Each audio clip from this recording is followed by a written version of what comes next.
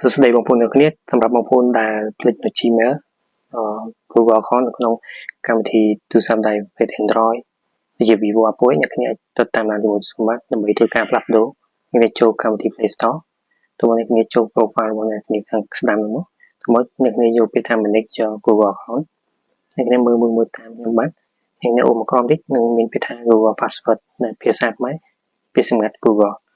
អ្នកគ្នាចុចលើនឹងមកនៅពេលដែលចុចអ្នកគ្នាវានឹងឲ្យធ្វើការផ្លាស់ប្ដូរតែម្ដងអញ្ចឹង password ថ្មីអ្នកគ្នាអាចចុចឧទាហរណ៍ថា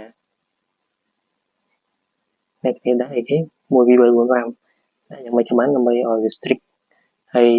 ខាងលើនិងខាងក្រោមគឺដូចគ្នាហើយបន្តមកទៀតអ្នកគ្នាចុចពាក្យថា change នេះមកជាការថ្លែង